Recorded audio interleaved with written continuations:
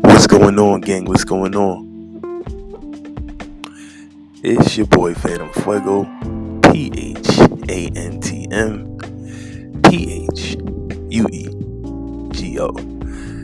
and you are now tuned into the news, views, previews, and reviews with just a twist of his ghetto point of view. Ooh. God damn it. Guess who's back? Back again. Phantom's back. Yeah. Tell a friend. Sheesh. Guess who's back? Back like I never left this mofo. I'm back like I never left this mofo. Back like I never left this mofo. Back. Get him on the track. Yeah, moving packs. Flipping that back. Getting that back. Get that back. Gang, I'm so happy to be back. It's been a long journey. It's been a crazy hiatus. Went from a summer vacation to a winter break to just needing some peace of mind. You know what I'm saying? I needed to free my mind like 10 minutes for a minute. But I can't stay away for too long. You know what I'm saying? We've got over 100 episodes and going strong. It's like, this is a piece of me now. This is a part of me. I love it. I love every minute of it. What more can I say? What more can I do? I've given this all to you.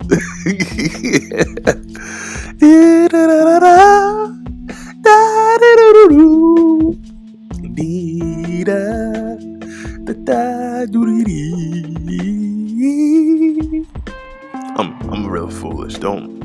Please don't mind me, y'all. I'm just as retarded as it gets sometimes. But how the fuck have y'all been, man? Real talk, how have y'all been? How's it been going?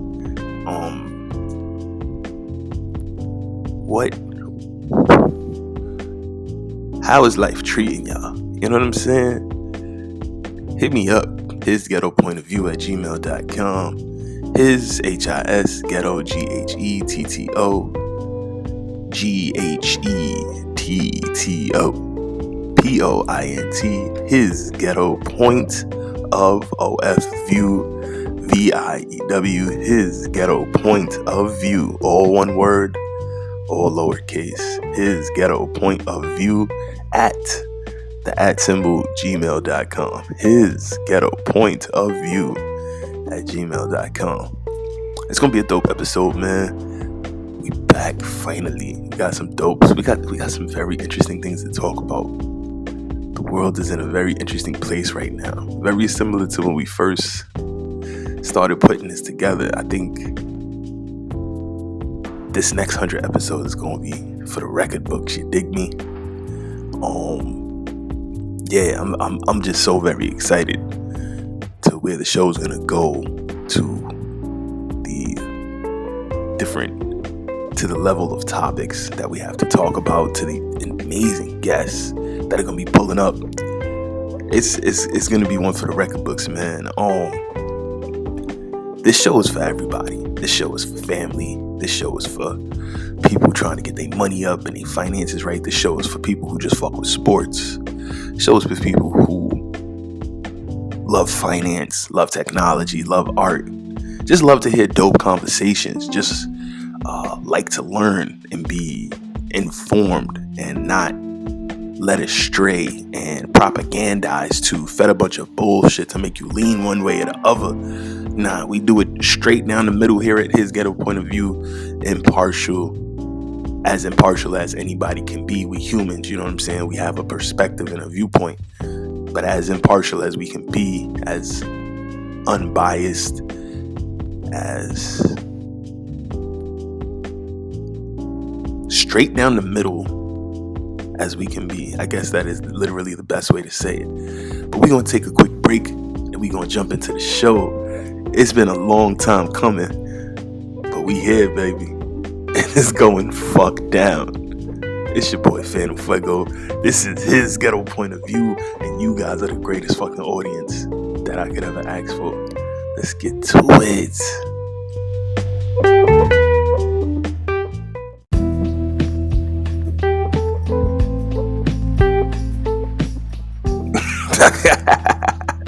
Yeah, gang, we back. As always, any questions, comments, critiques, criticisms, you know where to reach a brother. You know where to reach the gang. His ghetto point of view at gmail.com. His ghetto point of view at gmail.com. First story, guys, gotta give huge condolences to the Reed family. You know, sleep well to the titan of the game, the giant himself, Willis Reed, aka the captain of the New York Knicks championship teams. This man is a champion in these streets, you hear me? A freaking champion in these streets. R.I.P. to him, condolences to his family. Huge loss in the basketball community happened yesterday.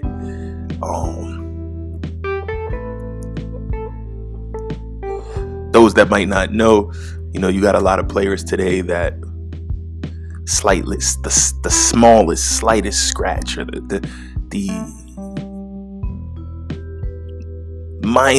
most minor injuries. They're like, nope, I'm not playing. I don't want to do it. I'm good. This man so what some would argue a broken leg, came back Game 7 of the 1970 NBA Finals against the Lakers and went to work. You understand? The first ever NBA title they won. This man won it. Injured leg. Crazy. According to MSN.com, tributes and memories have poured in to honor the name of Willis Reed, the captain who led the New York Knicks to each of their NBA titles. Numerous tributes have risen throughout the basketball world to pay tribute to Willis Reed, the Knicks legend and two-time Finals champion, and MVP. He was a two-time Finals MVP as well, who passed away at the age of 80 on Tuesday morning. Lived a long life, brother. Lived a long, illustrious life with an amazing Hall of Fame career. Excuse me. The Knicks released a statement in the wake of Willis Reed's passing, one bearing the headline, "Our Captain," quote, alongside an image of the injured center taking the floor of Game 7 of the 1970 NBA Finals, where his unexpected presence served as a spark for a win over the Lakers that clinched the team's first ever NBA title. Quote, "The Knicks organization is deeply saddened to announce the passing of our beloved captain Willis Reed.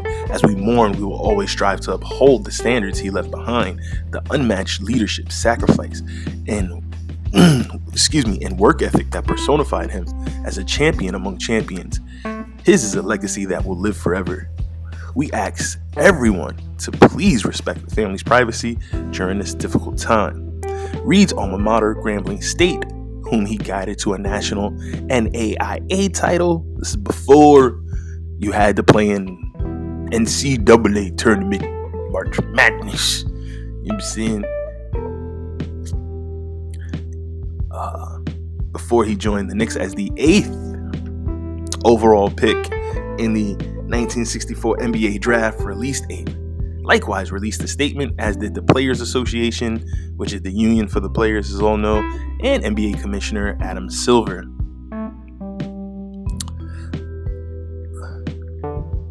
To quote the Players Association, "Willis will always be a legend of our game, leaving an incredible legacy of achievement as the backbone and captain of the New York Knicks during his 10-year playing career. While his contributions on the court generated great success on an individual and team basis, his work ethic, commitment, and dedication to his craft were a model for future generations of players. He was a true professional in every sense of the word, We will send our condolences to Willis's family, friends, and the entire Knicks organization during this time. This is a statement from the Players Association. Continuing on in this article on MSN, further tributes from the basketball world and beyond flooded in the memory of Reed, who was inducted into the Naismith Basketball Hall of Fame in 1982. Those that don't know, the Naismith Hall of Fame, that's like, they say that Naismith invented the game of basketball, though I have my serious issues with that. I don't think that's true at all. I think the Mayans had already been playing basketball. If you look at the ball courts all across South America and in Mesoamerica and Mexico, etc., there are huge ball courts with hoops, and they played using a rubber ball that they would bounce off of parts of their body and knock, push through into the hoop to score baskets or to score points. So yes, they may not have had fancy crossovers like the Allen Iverson or the God Shem God. They may not have hit you with an Ivo or a shimmy or a sham God. They may not have had people dribbling out there like Jamal Crawford, etc. They may not have had a dude that had that type of yo-yo, the Steph Curry, the AI, Jamal Crawford yo-yos, the Jason Williams, aka white chocolate level yo-yo. They may not have had somebody with that type of ball on a string ability out there, but Kyrie Irving, ball on a string, Isaiah Thomas, ball on a string yo-yos. But trust me, they was doing their thing. They were doing their thing. Dave Bing, ball on the string yo-yo. I'm taking it back now, right? Ooh, Dave Bing, ball on the string. Earl Daniels, ball on the string. Chill. Kenny Anderson, ball on a string. Mark Jackson level yo-yo.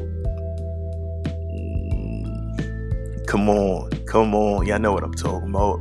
Y'all know what I'm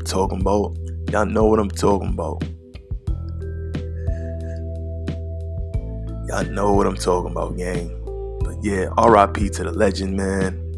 R.I.P. to the legend. R.I.P. to the legend. Take a quick break. Be right back with our next story. This is his Ghetto point of view. This is your boy Phantm Phuego. We back, baby. Let's go.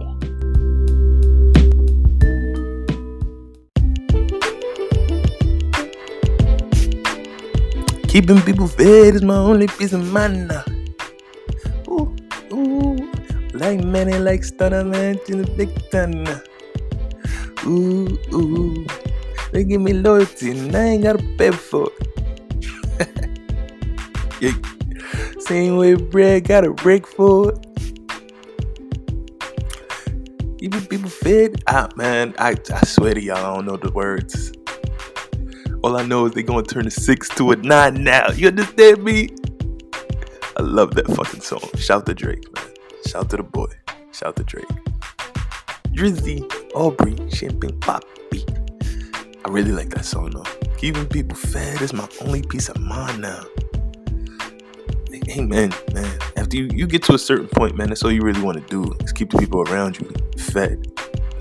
Because that means you're doing your job as an entrepreneur, as a boss, as an executive. Because they say that's really what makes you a boss. The fact that you cut people checks, not that you have a business. You might be an entrepreneur, you might be a solopreneur, you might be self-employed. But what makes you a boss is the ability to consistently keep other people's families afloat. Keep other people's families fed while their loved one is sacrificing their free time or whatever available time and talents they have toward helping build up the dreams that you've set out, your company's objectives, your plans, your modus operandi, your goals and objectives. That's what makes you a boss, helping those people achieve their goals as they're helping you achieve your goal. You know what I'm saying? Whether that be personal, professional, what have you. They want to make sure their daughter gets through a good private junior high school and then to a private high school, etc., and then want to save up money for college, a boss is thinking about that like that's his daughter. You understand? Not in no type of evil, malicious, or disrespectful way, but nah, that's my little baby girl. That's my daughter from another father. I gotta make sure she gets to be able to go to Duke or Stony Brook or Princeton or Howard, HU, wherever she wants to go.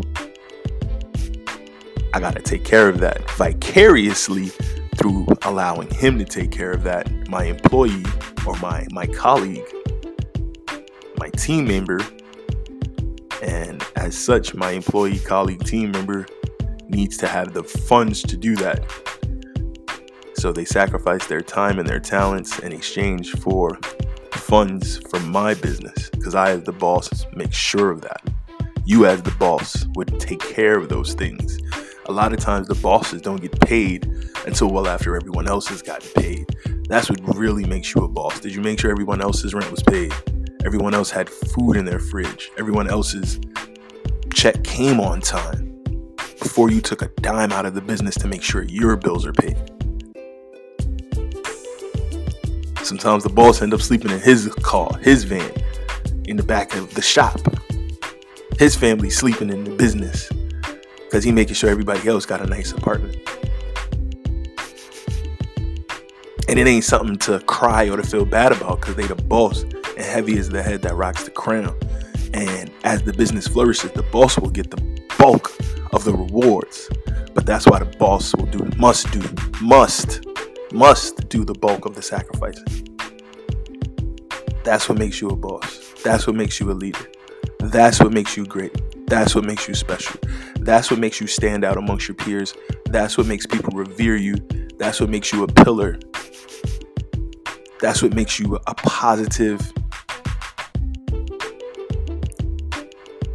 a positive enhancer. That's what makes you a addition, a boost to your community. You know what I'm saying? Being able to actually have a community built around you and your endeavors. That's what makes you great. Individual greatness is cool. But if we're talking about trophies, team play, and legacy, it's about making sure the team look good too. Jason Kidd was great, but Jason Kidd was known for making sure everybody else got paid around him. Alley-oops to Kenyon Martin. He looking like $100 million man. Pocket passes to Richard Jefferson. He hitting threes from the corner.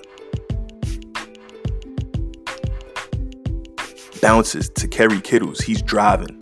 He's driving from the left, driving from the right. This is what you do as a leader. You make everybody around you look better. Just some thoughts. Just some tidbits, just some sprinkles, you know what I'm saying? That came from just talking about that song. But anyway, what made me think about that song was Lebron James, an arguable sixth guard in his own right, has declared officially that he'd like a trade, quietly, professionally, like LeBron do, of course. But he let it leak to the media. There was already murmurs that this season was a wash and that he wasn't really getting what he wanted out of the team. But he's made it official now that he's looking to get up out of it. And if I had to say, think of a destination, I would say there's two likely destinations that he goes to. Everyone's like, oh, you're going to go back to Cleveland. They stack now. It would be fire for him to go back to Cleveland. Of course. Go back home. Go back to the city, go back to the land. They got a stacked team in the land right now. How many pieces would they have to give up to get him, though? Sheesh, how many pieces would they have to give up to get him? But I mean, as long as they could keep Evan Mobley, Spider Mitchell,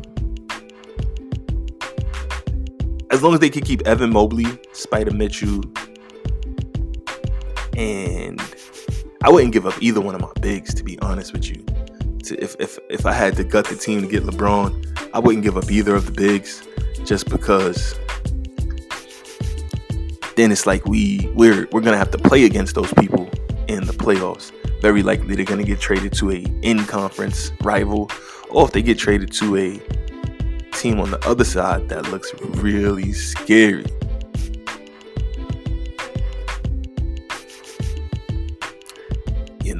I wouldn't want those. I wouldn't want that smoke personally. Would not want that smoke personally. But yeah, I wouldn't gut the team completely if I could keep Jared Allen, if I could keep Darius Garland, if I could keep Spider Mitchell, and if I could keep Evan Mobley. Now that's a lot, because those are probably the 4 people are gonna target in a LeBron trade. It's like, well, if you don't give up those pieces, who would you give people? I mean, damn, because without those 4, it's like, do they even have enough to make the deal happen?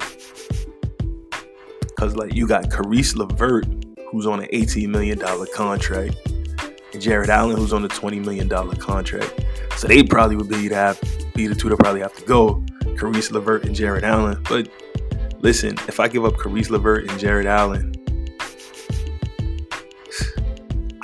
I'm losing amazing players, 2 amazing players, but I still have Darius Garland, Donovan Mitchell, Evan Mobley, and LeBron fucking James. I could put whatever pieces I want around those 4 players, and we're very likely going to get a championship done, if not multiple. LeBron James, Darius Garland, Donovan Mitchell, and Evan Mobley. That is a scary team. That's a scary freaking team. If they could somehow figure out a way to keep Jared Allen, but it's like, how would the math work without Jared Allen being in it? Is a very good question. Those are the paid players on that team. Caris and Jared, minus of course Donovan Mitchell, but you're not giving up Donovan. Darius Garland, he's about to be on a huge contract too, but there's no way in hell I'm giving up Darius Garland or Donovan Mitchell. I'm trying to keep both of them. I'd love to keep Caris LeVert too, because it's like you need that guy coming off the bench. But when you get in a play of LeBron's caliber, you're gonna have to give up 3-4 killers. We ain't even talk about any young stars that they'd have to give up at this point yet. You know what I'm saying? Isaac Okoro will probably have to go. C.D. Osman will probably have to go. Yeah, it's going to be some gutting. It's going to be some team gutting. But that would be fire. That would be definitely a fire place for him to land. But if I had my honest take on it, that's why I think about the 6 turning the 6 to the 9. I really, in my perception, this is just me, I see LeBron landing with the Knicks. What? LeBron's not going to the Knicks? That's crazy. The Knicks are trash. Why would LeBron go to the Knicks? Listen, man. Think about it. This dude, he's box office. He's marquee. Where is a bigger stage for a player of this magnitude than the Garden? What bigger stage would there be for a player of this magnitude than the Garden? Now,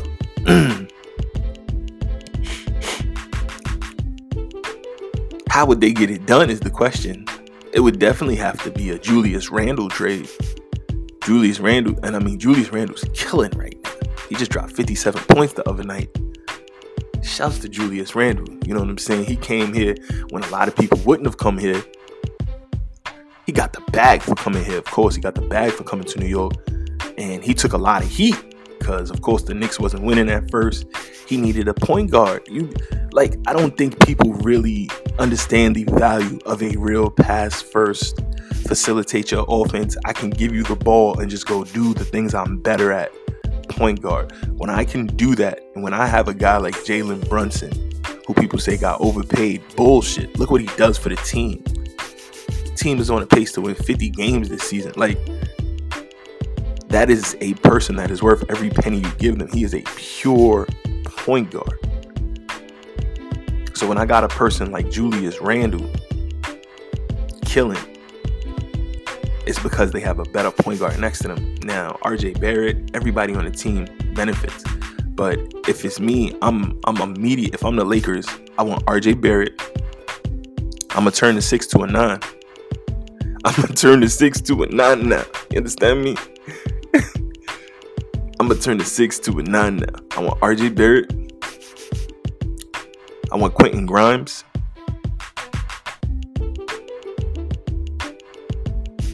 Damn, they probably going to want Emmanuel quickly too. It's going to gut the shit out the team. If there's some way I could keep Emmanuel quickly, I'm trying to keep him. Some way to, but yeah, RJ gone. RJ and Julius make the math up, and then it's just who else you gonna give him because it's fucking LeBron. Who else is going because it's fucking LeBron? You understand? Oh. Isaiah Hartenstein, Josh Hart, who they just picked up, he could return to the Lakers. Evan Fournier, you know, there's options. There's definitely options. I would try not to gut the team too much. If I wanted to keep Julius and Jalen to pair with LeBron, then you talk about RJ gone, Evan Fournier gone, Mitchell Robinson gone, Obi Toppin gone. But I mean, that, if you ask me, man, that's what's gonna happen. The 6 is gonna turn to a 9. Quote me, at me all day. His ghetto point of view at gmail.com.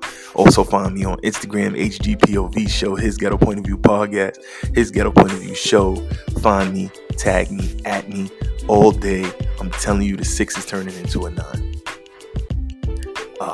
Here goes an article from heavy.com. Shouts to Heavy Sports and Heavy on the Knicks podcast by Mark Nyland. Knicks among 4 teams linked to LeBron James amid trade rumors. It seems that with every passing season, the New York Knicks find themselves being linked to virtually every star talent rumored to be potentially available. Be it by means of free agency market or a blockbuster trade, the Big Apple tends to be viewed by fans and media pundits alike as a realistic destination for top billed talents. And I mean, of course it is. This is New York.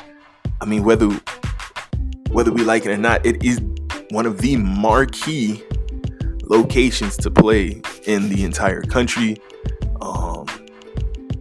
Their Jordan brand jerseys look fire this season. I will say that. It's just a great environment to play in. It's a great atmosphere. It's a beautiful arena. It has so much of a storied tradition. It's literally considered the Mecca of basketball. So New York is considered one of the homes of hoops. So there's really no better place to play than the Garden. And for his swan song, for his retirement, bring a ring to the Knicks, LeBron, and man, that would solidify his status. In 2023, the article continues, this sentiment still appears to ring true, as in a recent sit-down with Heavy Sports, Sean Devaney, a Western Conference executive, went on the record to state that should the title hopeful Lakers fall short of a deep, hard-fought playoff run, superstar LeBron James could end up requesting a trade. If this were to happen to them, the Knicks are considered to be a dark horse landing spot for the all-time great services. It's hard to imagine him going anywhere except Cleveland if the Cavs can make it happen without giving up too many assets, a Western Conference executive told Devaney. Miami would have to be in the mix too, and maybe dark horse the Knicks and the Mavericks. Him, Luka, and Kyrie. Oh gosh. He has always wanted to play with those teams, with those players. He has an interest in Luka for sure.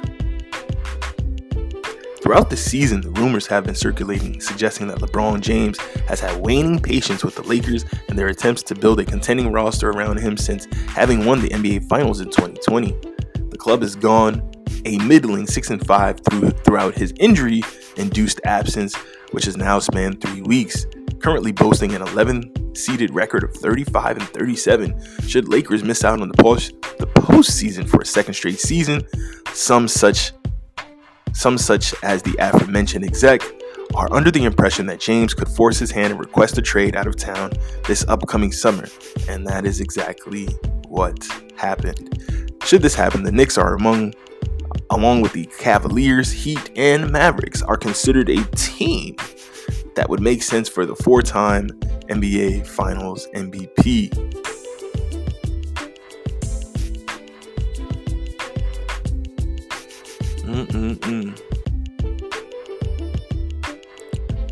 It's gonna happen, y'all. I'm telling you. It is going to happen. Watch. 6 gonna be a 9. I promise you. You heard it here first. You heard it here first. Don't be surprised when it happens. Don't be surprised when it happens.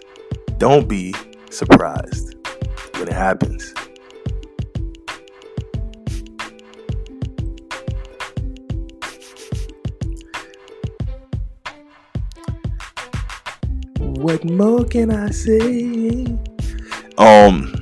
Also, lastly, speaking of hoops, this March Madness is absolutely a treat. Shout out to those that's been paying attention to March Madness. Shouts to both the men's and women's bracket. The women's bracket has been absolutely killing. Is your bracket busted? Did you have Indiana going to the finals? Huh? Did you have Indiana making the Final Four? I had Stanford making the Final Four. You know. I was severely laughed at when Stanford lost. Shout to Haley Jones for throwing the ball away. By the way, shouts to Haley Jones, one of the dopest female players I've seen in a long time. But, you know, congratulations for rolling the ball off your foot several times in the last minute of the game. I think that was wonderful. I loved your attitude on your face. I loved it. It looked great. Oh, that's a woman. Why are you attacking her? Bullshit. She's a ball player, and they want equal rights, right? So they catch equal lefts. Start with me with this bullshit. I'm on my Haley Jones rant. Thank you so much, Haley, for destroying the dream I had of Stanford winning another championship, of busting South Carolina's ass. I love South Carolina. Don't get me wrong. I'm a big Zaya Cook fan. Not necessarily a big South Carolina Gamecocks fan. I'm a big Zaya Cook fan. I've been a fan of the Cookie Monster for a long time. And Ohio be coming out with some serious ballers, don't they? Ohio pull out some serious. Not like New York, you know what I'm saying? New York done had Jordan and Carmelo. You know what I'm saying? New York done had Kenny the Jet Smith and Kenny King and, you know what I mean, Kyrie Irving and Rod Strickland, Stephon Marbury. I mean, New York be putting up some ballers, but you know, Ohio do I. Ohio do I. And shout to Zaya Cook. She's an amazing baller. Actually, out of all of those freshmen, that freshies team, quote unquote, as they like to call them, with her and Aaliyah Boston and Bree Bill, etc., she actually had 1,000 points first, which is a not so secret that they try to ignore and act like she wasn't the better player out of all of the players that came in that class, because maybe she had an eccentric, high energy, ferocious attacking personality, which they love, because she's just like a smaller version of Dawn Staley. To me, she's a better basketball player version of Dawn Staley with the same attitude, but I'll leave that alone.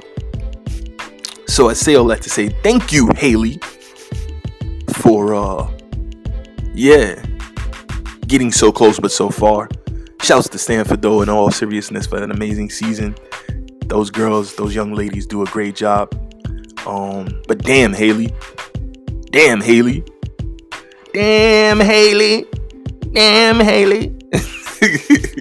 But all seriousness, I think Tennessee, number 4 seeded Tennessee, is going to take it. Did you see that smacking they put on Toledo? Beat them by almost 50 points. Shots, spat. Took them behind the shed. Shouts to Tennessee. They have 4 seed. I think they're gonna go over to the Final Four. If I had to say who's in my Final Four right now, and I'm not saying it's based on brackets, so maybe these are inaccurate bracketing wise. Let me pull up some brackets real quick. Let me do this the right way, right? Let me pull up a freaking bracket. And do this the right way for y'all.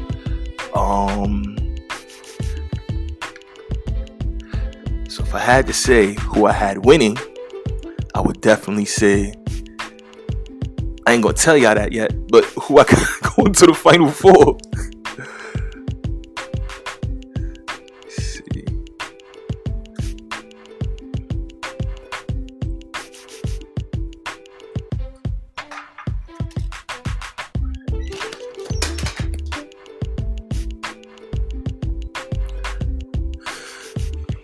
Who I have going to the Final Four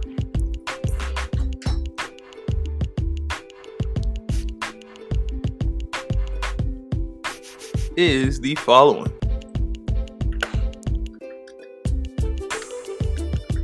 Appreciate your patience with me, gang.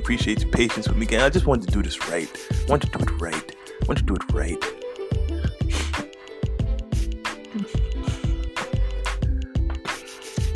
But yeah, man, Haley Jones. Oh, that was tragic. But even before that, man, I'm a big fan of Notre Dame. I'm a big fan of Olivia Miles. I didn't like what happened to Olivia Miles at all. I haven't even been watching the Notre Dame's games because I'm just so bothered about what happened to Olivia Miles, man. But shouts to Notre Dame. They're an amazing team, but I feel like Olivia Miles is the juice that make that thing go. You know what I'm saying? I really feel that Olivia Miles is the juice that make that thing go. So anyway,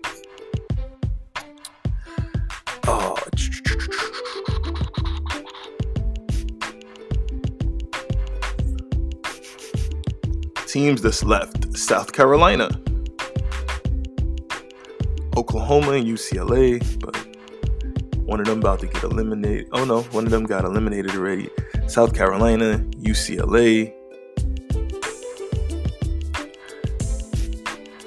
Ole Miss, Louisville, Notre Dame, Maryland, Iowa,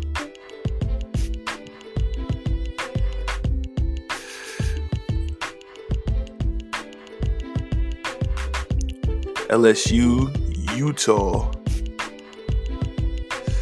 Miami. Okay. Getting an idea. So if I had to, let's see, Seattle 3, Greenville 2. So out of the Seattle 3, I'm definitely taking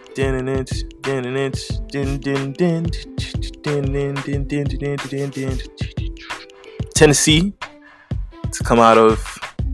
Tennessee is going to be in my Final Four versus, I would say, Virginia Tech.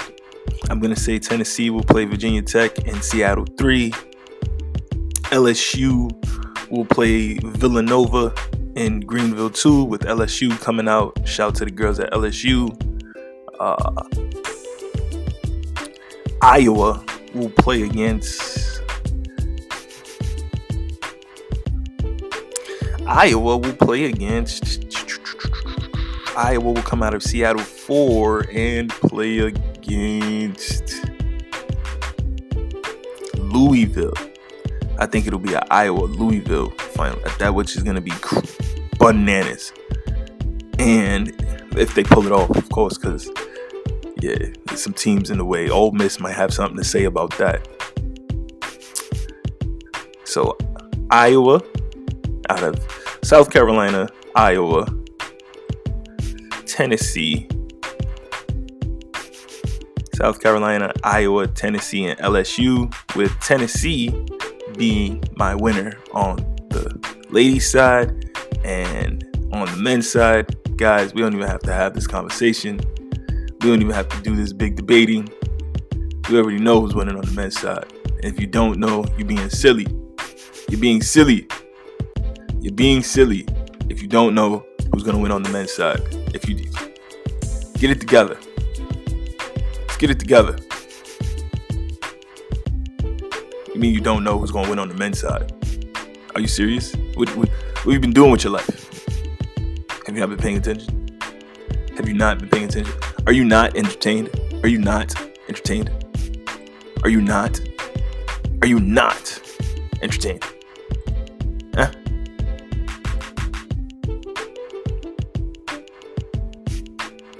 It's going down. It's going all the way down. If Houston versus Alabama would be an amazing finals matchup, wouldn't it? Wouldn't it? Houston versus Alabama? That'd be fire. They got some teams that may have some things to say about that. Gonzaga likes to, ruin the party very often. Gonzaga loves to ruin the party. Gonzaga loves to ruin the party. Loves. Loves. Loves to ruin the party. Princeton's having an amazing run. Don't sleep on Princeton. But yeah, I got Alabama and Houston playing for the national championship on the men's side. So it should be fun. It should be fun. It should be fun. We're going to take a quick break, gang. This is his Ghetto Point of View. Bring you the news, views, previews, and reviews with just a twist of his Ghetto Point of View. Ooh. Ooh. We'll be right back. Shit.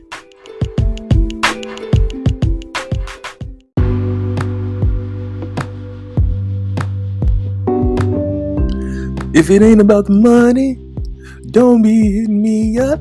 I ain't got the time. If it ain't about the money, you can miss me with it. You can miss me with it. Turn up. I'm back in and living. I need you to share me. I need you to. I don't know the fucking word, but I know that melody. How the fuck? Yo, listen. I know it sounds ignorant as hell.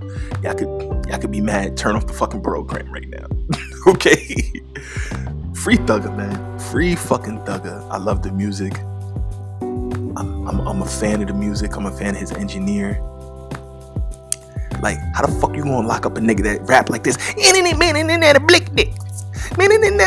Stick shift. Whipped it. Kick flipped. Like it, bro. His voice is just so infectious and happy sounding and joyful. Yeah, he be talking about some crazy, but bro, it's just. And I've been a fan since I'm a stoner. I've been a fan since I'm a stoner. I'm a motherfucking. I've been a fan since I'm a stoner. I'm a motherfucking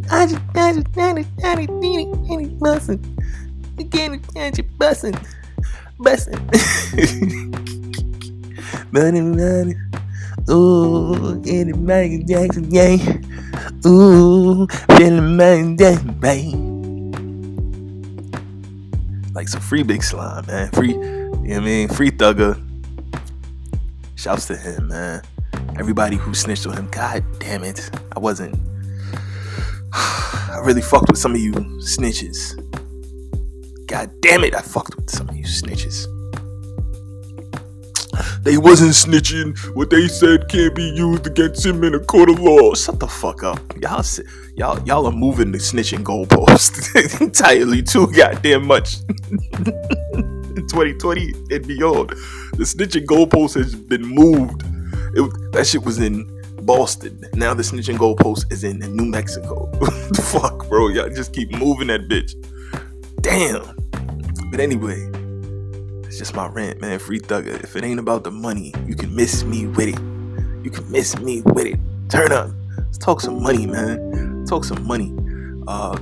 Shouts to the Daily Hodl for this one. Coinbase adds highly anticipated Ethereum scaling solution token to listing roadmap. So what that means is going down the road in the schedule of new coins and altcoins they're going to be adding to the exchange Coinbase, which is probably top 3 or 4 popular exchanges, if not top 2 of the most popular exchanges for people to trade coins and buy and sell and exchange and send coins, or digital assets as you were, across to other people. Coinbase is definitely leading the way, popularity, ease of use of the app. But they do have a pro version of the app, which is slightly cheaper to use per transaction, has faster settlement information, and has more up-to-date pricing than the traditional version of the app that most people use. So I find myself, getting caught in this sometimes too. Like, the regular Coinbase is just so convenient that sometimes I forget, go to the pro version of the app, see if you can get a coin for cheaper, see if the price of the coin has changed and it hasn't been updated on the standard Coinbase site. Because if the price of the coin is actually higher, that'll be reflected in how much you pay for the coin, but you may not have actually seen that in the agreement you've already made with Coinbase, is that you're going to have to pay if the price is higher, if the fees have changed, the gas fees, etc., if the fees for processing the payments at that time have changed. They can change throughout the day from so many different factors because of how dynamic, how much volatility, how fast the prices go up and down is volatility, how much volatility is in the crypto markets. Those prices for processing transactions, executing transactions, and doing the transaction itself can change rapidly throughout the day. But I mean, that's what we're in it for, right? We're in it for the volatility, which we just have to use the volatility to our advantage and not get bent over with no Vaseline. You dig me? Don't get bent over with no Vaseline in this game, because you'll lose a lot of money very fast. Got all these banks collapsing. Oh, we're gonna get into the bank collapses in these next couple episodes, man, as well as the collapses of some of these exchanges. Sheesh. Sam Bankman-Fried situation. Sheesh. Come on, man. Come on. And what it means for FTX, what it means for Binance. It's getting crazy in these streets. Gary Gensler out here running around like he the sheriff. This fucking financial six shooter just pew, pew, pew. Shooting down exchanges. What's wrong with Gary Gensler? And I love Professor Gensler. Like, I audited his MIT course for where he was talking about crypto. And anybody who has time, it's like 17 classes, or like about an hour and a half, 2 hours each class. I really recommend it, man. It's really good information. And he kind of lets his hand out, overplays his hand a little bit as he's talking to the kids at MIT. He brings in his twin brother. Didn't know the dude had a twin brother. Didn't know any of these things about Professor Gensler. I'll be respectful. I'll still call him Professor Gensler because I thought his class was excellent. But Gary Gensler, as other people would know him who didn't audit his class or actually take his class physically, yeah, man, listen, he works for the SEC. So people have a love-hate relationship with him and his role there, and the authority that he has to bring, the investigations that he's doing, how he's trying to get things labeled as securities that other people would argue probably aren't necessarily under the actual definition of security. They wouldn't actually pass the Dodd test for security. Those that don't know exactly what the Dodd test for security is, I'll give you an exact definition.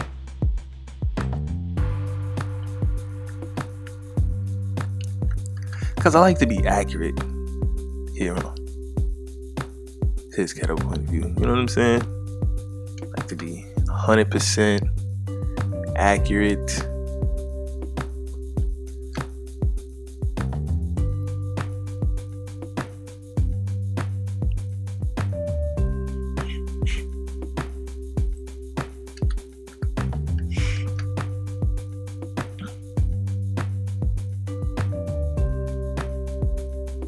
So, Forbes.com, shout to Forbes. Dodd-Frank Act.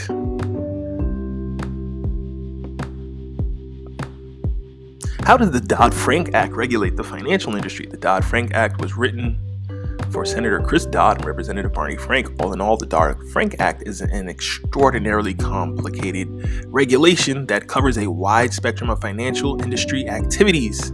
There are key provisions of the Dodd-Frank that impose rules and establish regulatory bodies to watch over the financial services industry and protect consumers. 1. The Financial Stability Oversight Council, or FSOC. The Financial Stability Oversight Council is responsible for keeping banks and other financial firms from becoming quote-unquote too big to fail. FSOC ain't been doing their fucking job, clearly. One of the drivers of the 2000, there must be a lot of lobbying going on over by the FSOC. Be at the strip club too much coke in their nose. Can't regulate with coke in your nose and titties in your mouth and coke in your nose make it hard to do your job. Allegedly. One of the drivers of the 2008 crisis was that a few financial firms have become so large and so important to the functioning of the financial system, too big to fail, that the U.S. government was forced to save them from their own bad decisions. Some people would argue that's happening with SVB right now.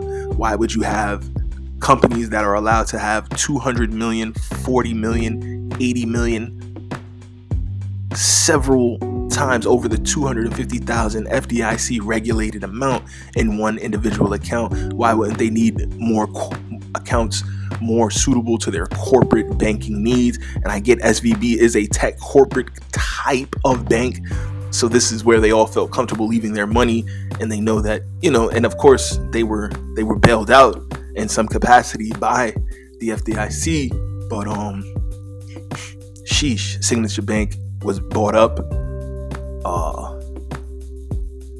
This is Credit Suisse was bought up. A lot is happening right now. So, continuing in the article, the Dodd-Frank gave the FSOC powerful tools to prevent any individual firm from becoming this large or important to the economy. How? Are they doing their fucking job? The council, made up of the Treasury Department and Federal Reserve officials advised by industry experts and academics, is charged with identifying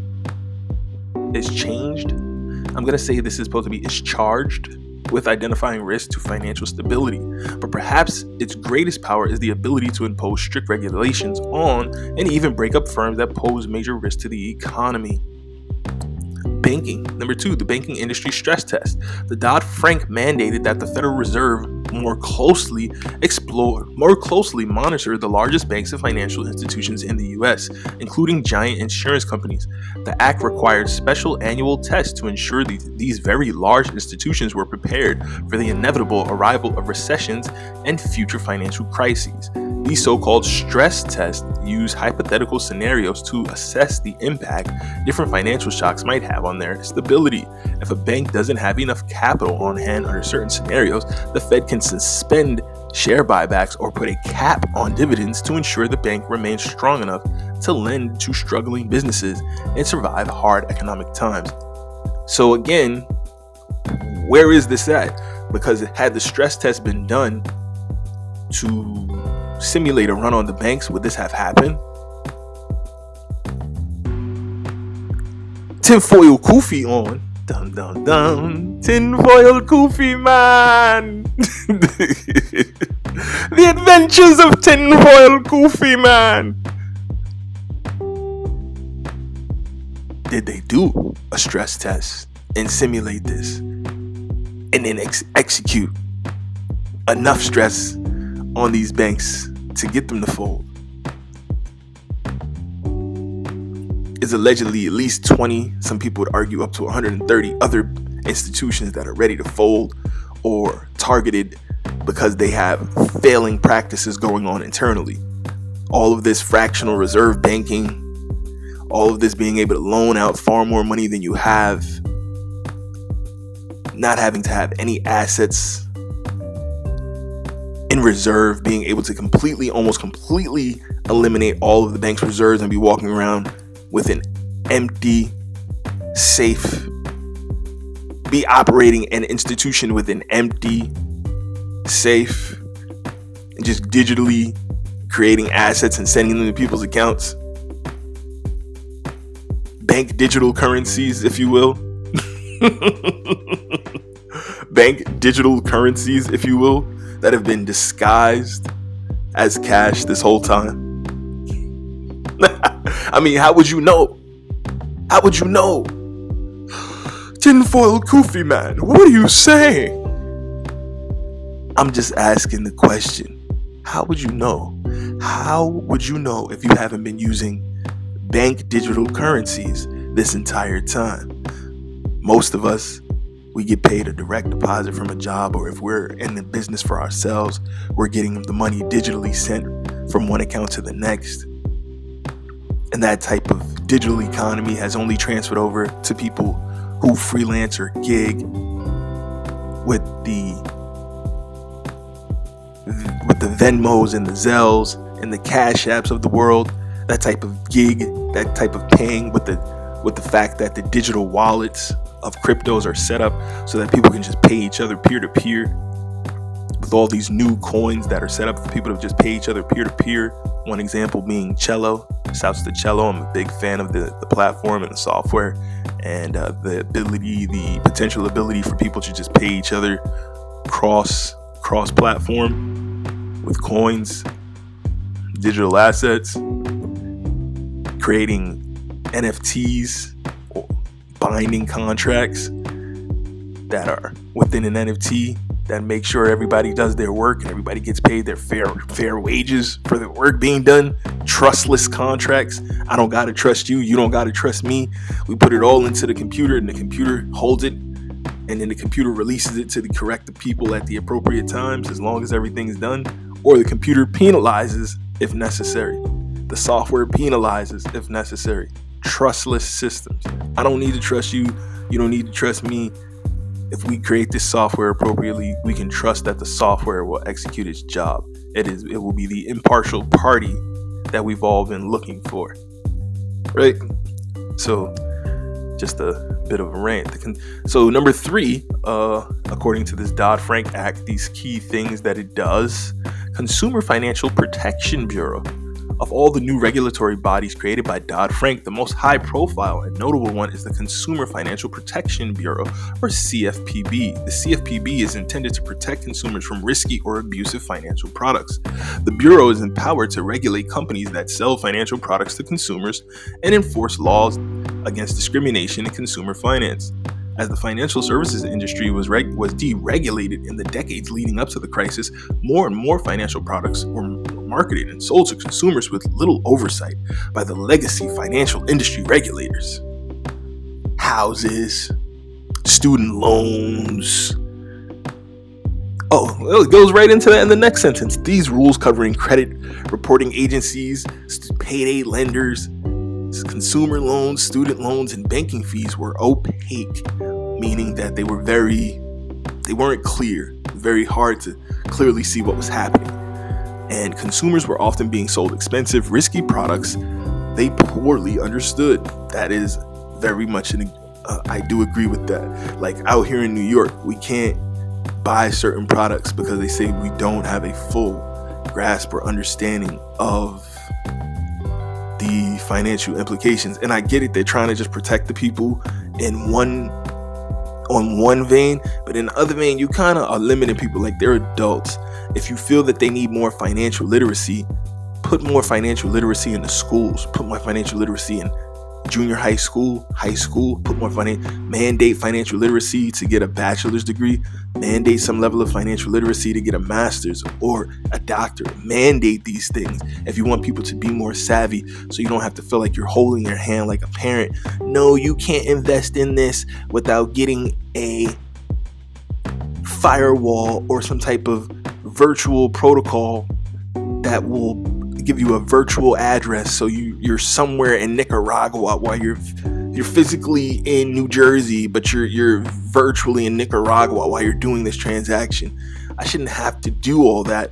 If you really want to, quote unquote, protect the people, educate them better in financial markets, and the do's and don'ts, the pros and cons.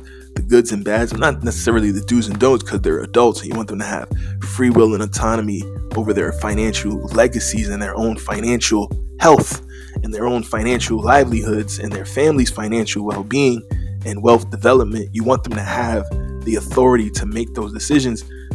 So you don't want to have to spoon feed them. You don't want to have to handhold them or coddle them. And a lot of these, I'm just going to be honest, these blue run states is hand-holding the people and not allowing them to use particular financial institutions, not allowing particular financial agencies to work with the people because they don't want anyone to get quote-unquote taken advantage of. But you can, all that hand-holding can also limit a person's ability to grow. Like, there was so many different financial opportunities people could have taken advantage of over these last 5-10 years of crypto growing, but you needed to be in the right market, in the right state, on the right exchanges to do all of that. And how many people have the savvy and the understanding of that? Even right now, for a perfect example, they have a New York coin, and everybody was supposed to get it when Eric Adams came into office. That thing went quiet. Nobody has it yet. The people who are in the know have it, but that wasn't what was promised. That wasn't what was announced. And it's the same. The haves keep winning, and the have-nots keep getting left to be the energy sucked on at the end. Keep getting here. Come in at the last minute. We'll give you a few shekels, and it'll seem like a great deal to you, but in reality, we'll be using your energy and your lifeblood to keep this thing going. And we've already made billions off the top. The many adventures of the Kufi Crusader. I'm sorry. Tinfoil Kufi man. Tinfoil Kufi man. Tinfoil Kufi man. Tinfoil Kufi man. But shouts to Forbes. Very interesting article. What I would say is this, we have to be mindful of the different investments we do make, right? So jumping back into Daily Hodl, with Arbitrum and Ethereum scaling solution planning to airdrop to top U.S. crypto exchange Coinbase has added Arbitrum's upcoming crypto asset ARB to its listing roadmap in anticipation of the token airdrop later this week. With Arbitrum and Ethereum scaling solution planning to drop 12.75% of ARB tokens supply on Thursday, Coinbase is adding the Layer 2 solution to its roadmap. The project developers announced the airdrop last week, outlining the protocol's upcoming plans to switch to being governed by a self-executing decentralized autonomous organization, or DAO. The Arbitrum officials say that they created a special points system that takes into account a variety of metrics to determine which users will receive the crypto assets. Usually it's how many transactions you've done on their network, things like that. But I personally don't know enough about the Arbitrum drop to say that was their particular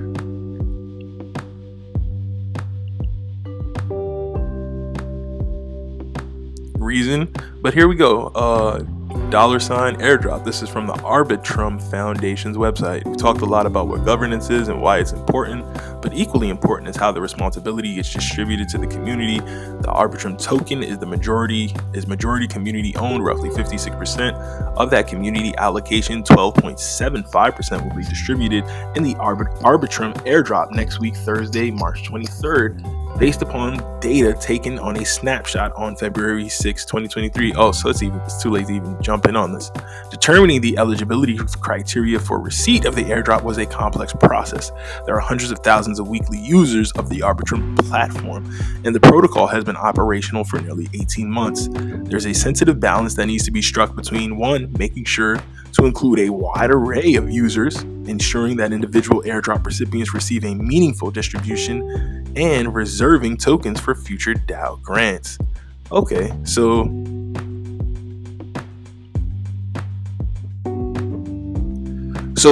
as a part of being a part of this airdrop, you'll get voting privileges which is cool. Like I get to be a part of votes that happen in the Algorand system. They do really very much like standard stocks appreciate when you take part in the voting and want your opinion. They want you to understand the future of the technology. They want you to know where it's going. And they actually want you to be a part of it. Yeah, I mean, your vote may not sway everything that they do, but, you know, being a part of these voting processes, one, shows you the authority of your voice. Two, makes you a more proactive investor and more proactively invested in the future and technology going forward tomorrow.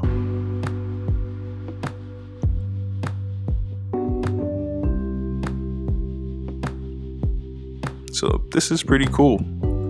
This is pretty cool.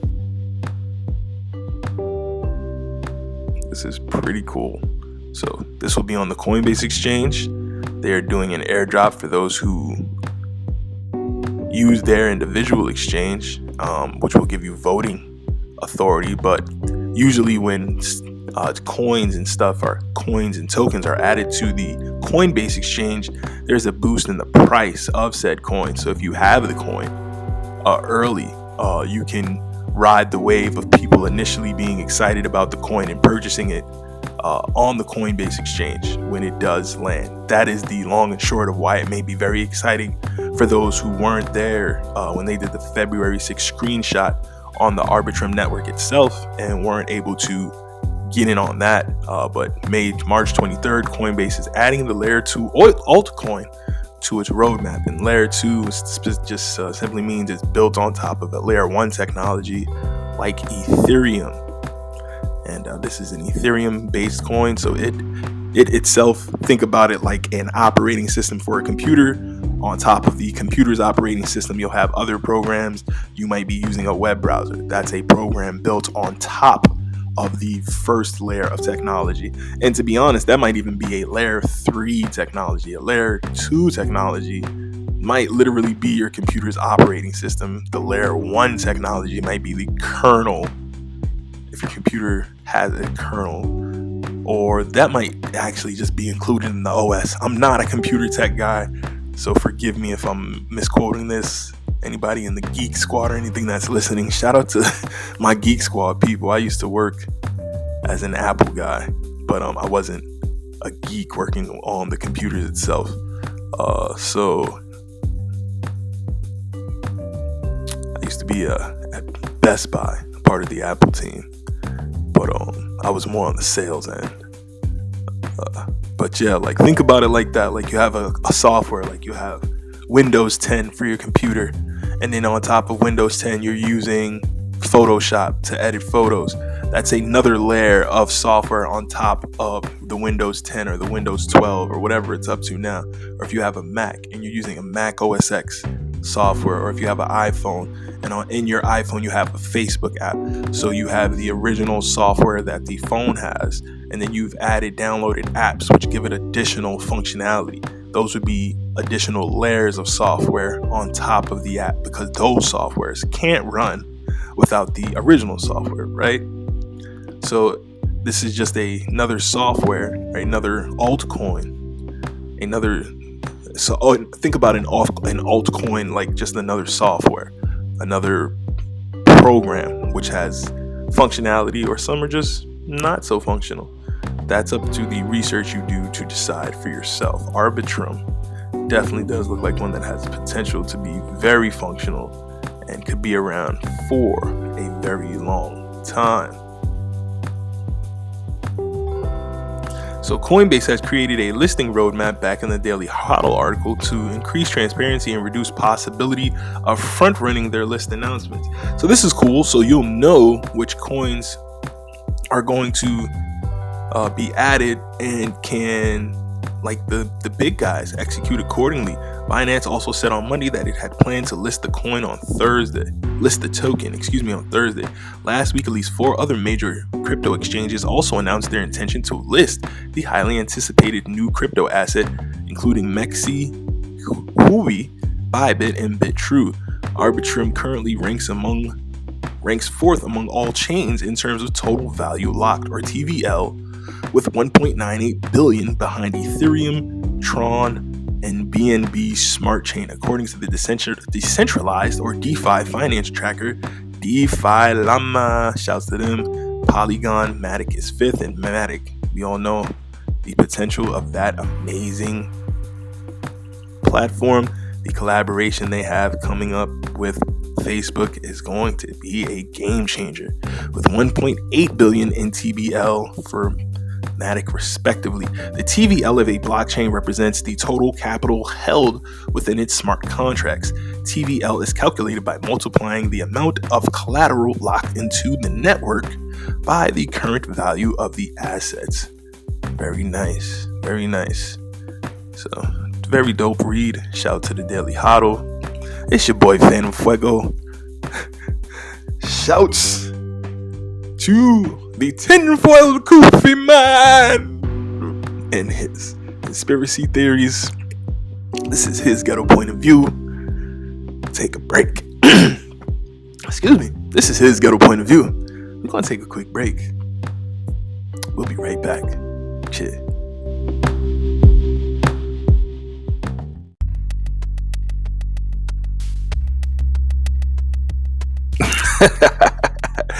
Yeah, gang, we back.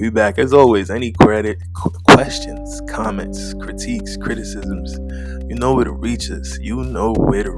His ghetto point of view at gmail.com. His ghetto point of view at gmail.com. HISGHETTOPOINT. His ghetto point of OFVIEW.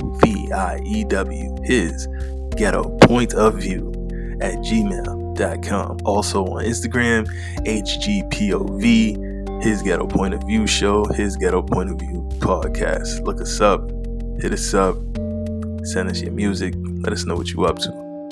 So, before we get out of here, Post Malone. Man, this has been a long fight for this one.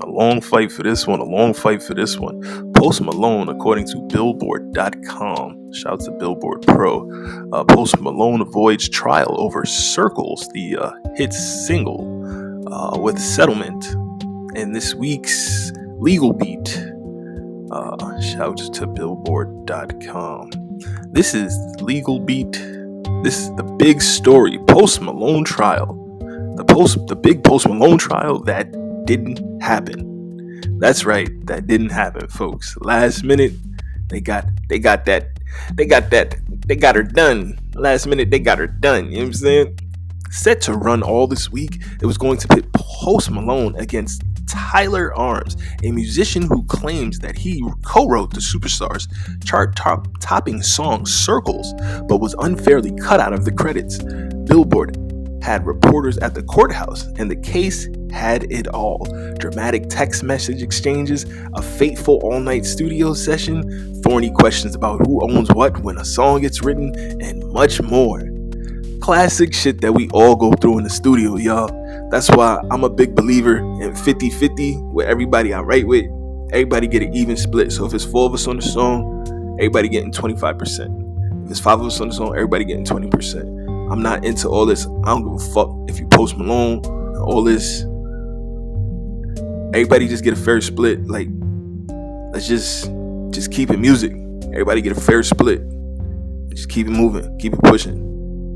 That don't mean somebody who's just standing in the studio and started clapping while the beat was on and said, yo, y'all should add this clap, gets 20%. No, that person might get like 5 or 2 to 5%. But I'm talking about the people who really came there to be in the part of the studio session. Everybody get a fair split, and we just keep it breezing, and everybody just keep the session light. And song split sheets are important. Stop playing. Do split sheets, y'all.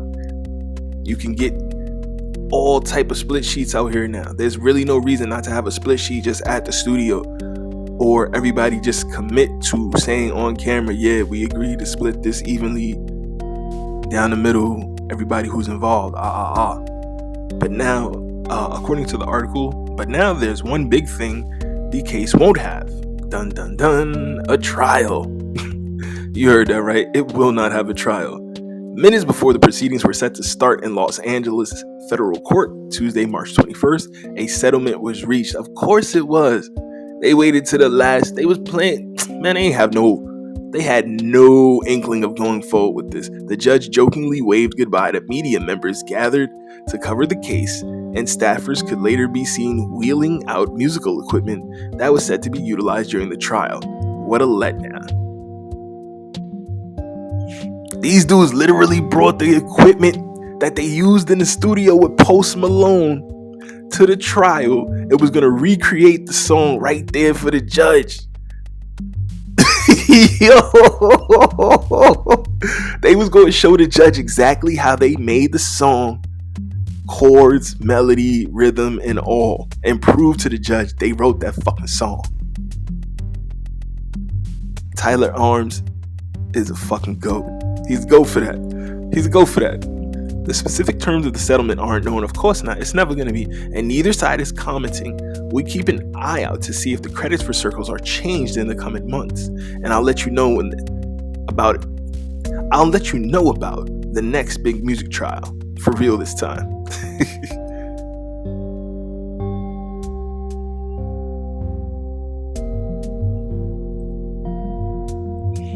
Let's get a little more information on the case.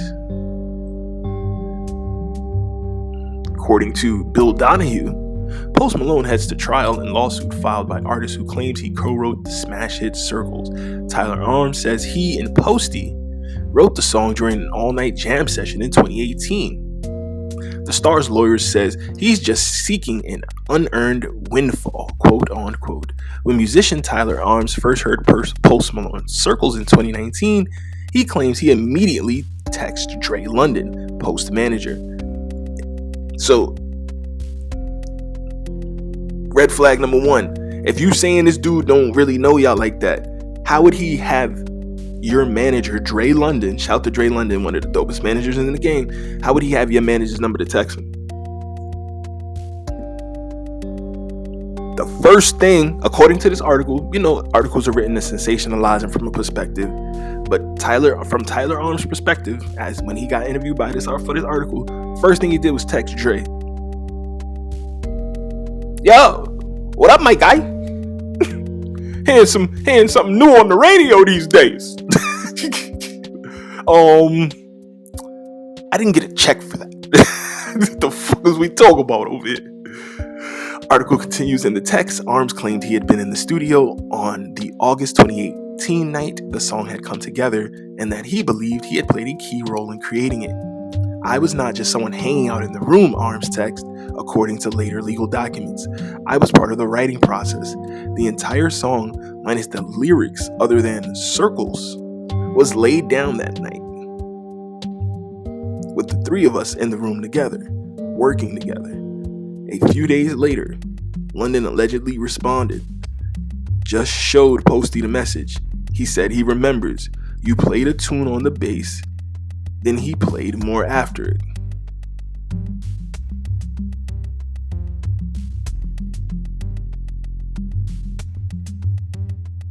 Okay. A few days later, London just showed Posty the message. He said he remembers. You played a tune on the bass and he played. So what are you saying? So I played this joint on the bass.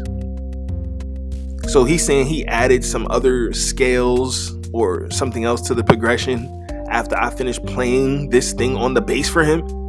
Fine. I still fucking played it. We still came up with the tagline Circles that night in the fucking studio. Don't play with me, boy. Yo.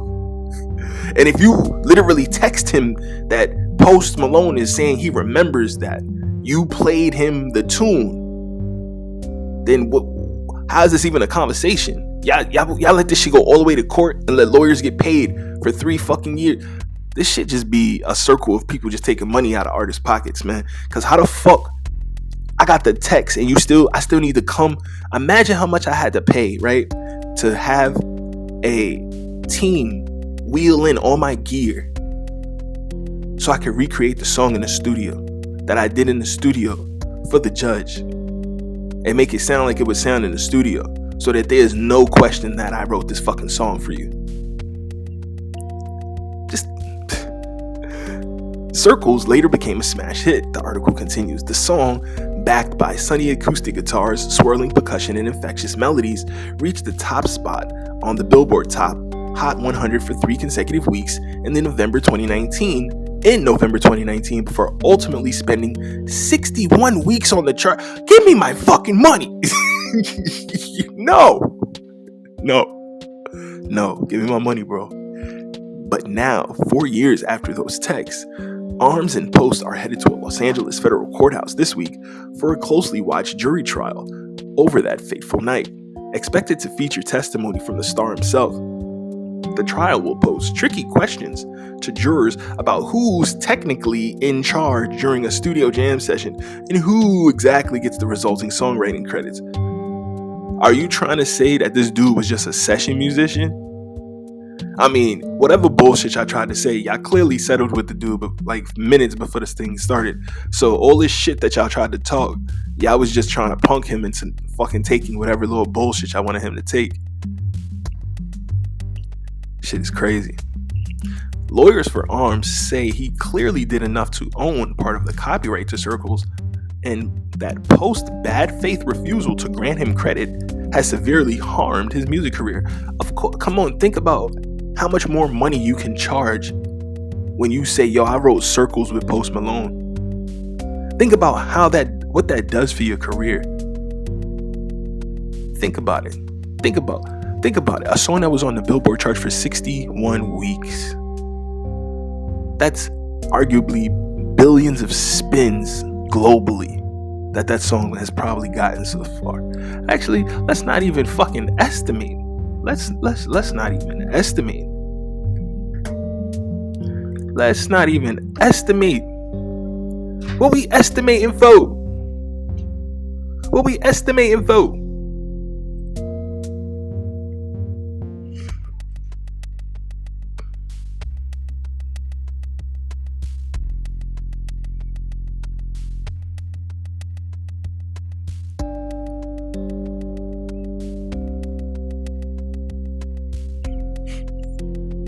So, according to Wikipedia, song Circles is a song by American rapper and singer Post Malone, released through Republic Records, was the third single from Malone's third studio album, Hollywood's Bleeding, in 2019, reached number 1 3 weeks. The song also reached number 1 in Iceland, Malaysia, and New Zealand. Bro, cut me my check. As well as top 10 in 20 additional countries. It was the most played song of 2020 on adult contemporary radio in the United States. It was the most played song of 2020 on adult contemporary radio in the United States. It is also certified 10 times platinum. Bro, cut my fucking check! What? 10 times platinum in Australia, 9 times platinum in Canada, 9 times platinum in the US, and gold or higher in 11 additional countries. Bro, what? This song done went diamond in several countries. It was nominated for Record of the Year and Song of the Year at the 2021 Grammy. Bro, do you understand what this type of song would do for your career? And this dude is sitting here denying, saying you didn't write it.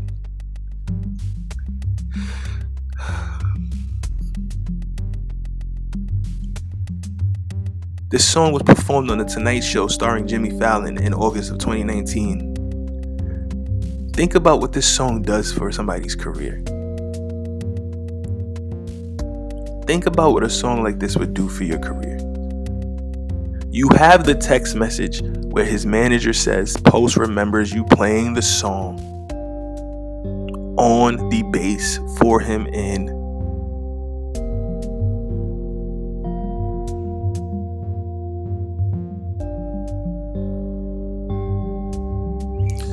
Oh, well, hold up. This is crazy. So they have they need to update this because nigga, they just won the lawsuit. Malone filed a lawsuit against Tyler Arms for for falsely claiming that he is the co-author of the musical composition contained in the Circles track.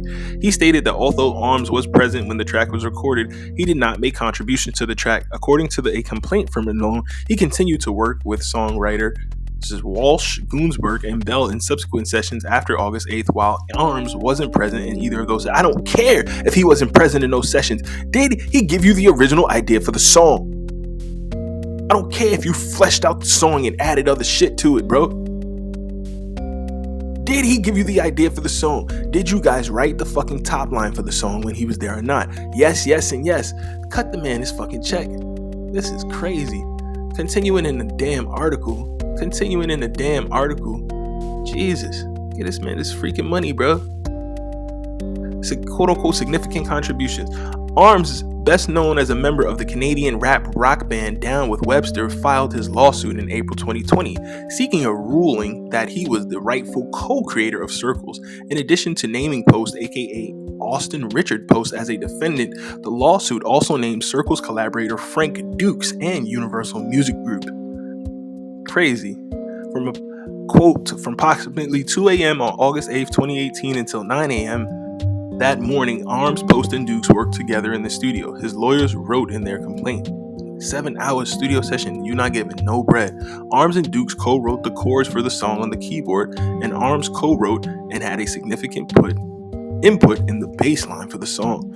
Arms had also had input on the guitar parts in the song, including co-writing the guitar melody, which is played in the introduction to the song and which repeats throughout the song. Key points of the song.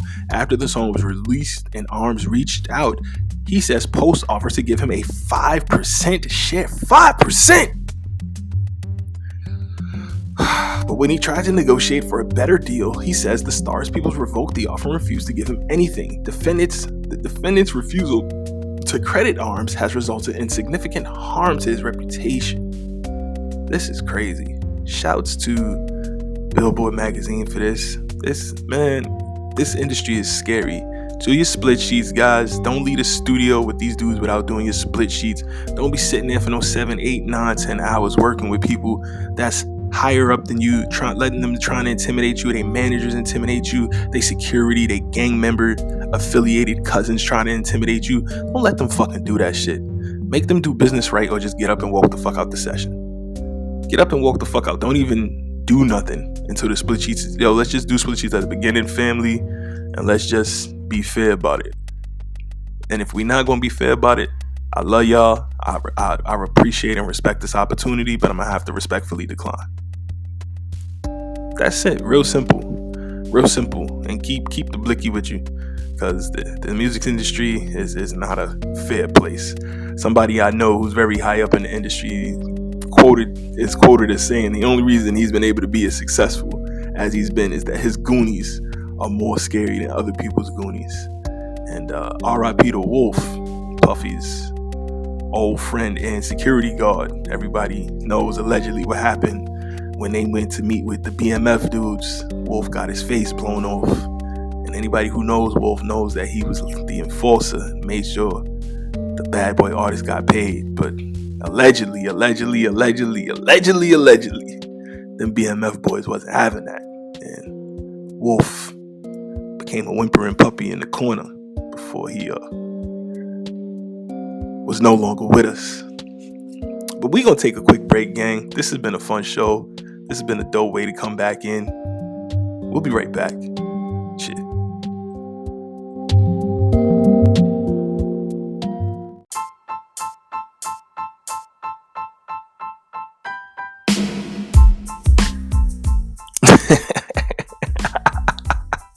What an absolutely amazing show, gang. Thank you guys so much for rocking and vibing as always. We back. Wednesdays and Sundays, we get to it. You know how we do it. It ain't nothing to it. Much love to everybody that has shown love to the show. Third season, we're going to be stronger, better, brighter than ever. Got a lot of amazing surprises coming up this season. I am so looking forward to what's down the pipe for this show. I'm so looking forward to the president of the show. I'm so looking forward to the work of crafting an amazing show, of growing with you, the most amazing audience on the planet. Love, gang. We out of here. Sunday. Deuces. Peace. As always, you know where to reach us.